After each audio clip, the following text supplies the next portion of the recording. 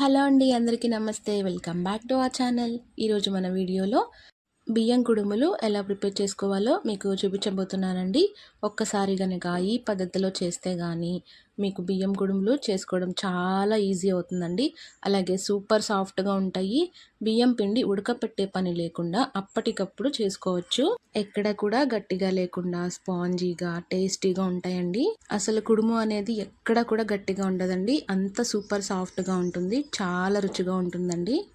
ఈ బియ్యం కుడుములు చాలా రకాలుగా చేసుకోవచ్చండి. ఒక్కొక్క పద్ధతి మీకు షేర్ చేస్తూ ఉంటాను. ఈ కుడుములు చాలా బాగుంటాయండి. అమ్మ చాలా బాగా చేస్తారనమాట. మరి లేట్ చేయకుండా ఎలా చేయాలో ప్రాసెస్ చూసేద్దాము. ముందుగా నేను ఇక్కడ 250 గ్రాముల పొడి బియ్యం పిండి తీసుకుంటున్నానండి. ఇందులోకి స్వీట్నెస్కి సరిపడా బెల్లం తురిమి తీసుకోవాలన్నమాట. నేను ఇక్కడ తురుము పెట్టుకున్నానండి ఆల్రెడీ. ఇందులో నుంచి కొంచెం కొంచెంగా వేసుకుంటున్నాను. అలాగే 50 గ్రాముల పచ్చిశనగపప్పు 6 గంటల పాటు నానబెట్టి తీసుకోవాలి. అలాగే 2-3 యాలకులు దంచుకొని ఈ పిండిలో వేసి బాగా కలుపుకోవాలండి. మీ దగ్గర యాలకుల పొడి ఉంటే 1 టేబుల్ స్పూన్ వరకు వేసుకోవచ్చు. అలాగే స్వీట్నెస్కి సరిపడా నేను ఇక్కడ బెల్లం తీసుకుంటున్నాను. మనం ముందుగా నానబెట్టుకున్న పచ్చిశనగపప్పు కూడా ఇందులో వేసేసి పిండిలో మనం వేసుకున్న బెల్లం అలాగే యాలకులు కూడా చక్కగా కరిగేంత వరకు పిండిలో బాగా కలిసేంత వరకు కలుపుకోవాలి. బెల్లం మీరు ముందుగానే ఇలా నల్ల కొట్టుకుని వేసుకుంటే పిండిలో చక్కగా కలిసిపోతుందండి. ఇప్పుడు ఇందులో కొద్ది కొద్దిగా నీరు వేసుకుంటూ పిండి మరీ జారుగా లేకుండా అలాగే మరీ గట్టిగా లేకుండా సెమీ సాఫ్ట్గా కలుపుకోవాలి. మీరు నీళ్ళని ఒక్కసారి వేసేసుకున్నారంటే పిండి లూజ్ అయిపోతుందండి. ఆ తర్వాత అడ్జస్ట్ చేసుకోవడం కష్టమవుతుంది. కొంచెం కొంచెంగా వేసుకుంటే మనకి పర్ఫెక్ట్ కన్సిస్టెన్సీలోకి వచ్చేస్తుంది.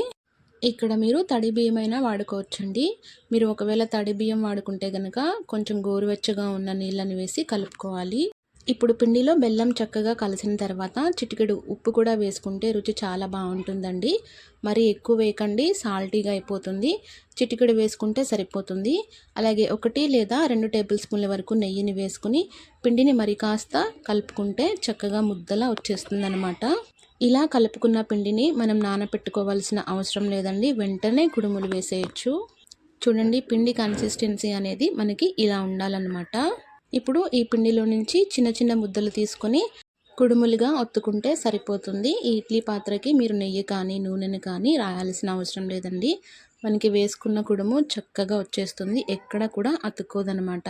మీరు కావాలంటే ఇవి స్టీమర్ మీద కూడా ఉడికించి తీసుకోవచ్చండి. నా దగ్గర ఇడ్లీ పాత్ర ఉంది కాబట్టి నేను ఇలా వేసుకుంటున్నాను. ఇలా ఒత్తుకున్న కుడుముల్ని పక్కనుంచండి. ఇప్పుడు ఇడ్లీ పాత్రలోకి 1/2 లీటర్ వరకు నీరుని వేసి స్టవ్ మీద పెట్టి ఒక 5 నిమిషాలు మనం మరిగించుకున్న తర్వాత మనం వేసుకున్న కుడుముల పాత్రను కూడా ఇందులో పెట్టేసి స్టవ్ని మీడియం ఫ్లేమ్లో ఉంచి 20 నిమిషాల పాటు ఒత్తుకుంటే సరిపోతుందండి. చూసారు కదా, మనకి కుడుములు చక్కగా ఉడికిపోయాయి. వేడివేడిగా చాలా బాగుంటాయండి. ఈ కుడుములు చల్లారిన తర్వాత కూడా ఎక్కడ కూడా బిగుసుకోకుండా సాఫ్ట్గా ఉంటాయండి. ఏమాత్రం ఇబ్బంది లేకుండా చక్కగా వచ్చేస్తున్నాయి. చూసారా, ఇలా బియ్యం పిండిని ముందుగా ఉడికించే పని లేకుండా చక్కగా అప్పటికప్పుడు వేసుకునే కుడుములండి చాలా రుచిగా ఉంటాయి.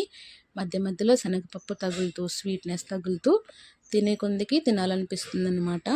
ఖచ్చితంగా రెసిపీని ట్రై చేయండి. అలాగే మీరు ట్రై చేస్తే ఎలా వచ్చిందో కమెంట్ రూపంలో తెలియచేయండి. మరిన్ని వంటల కోసం మన ఛానల్ని సబ్స్క్రైబ్ చేసుకోవడం మర్చిపోకండి.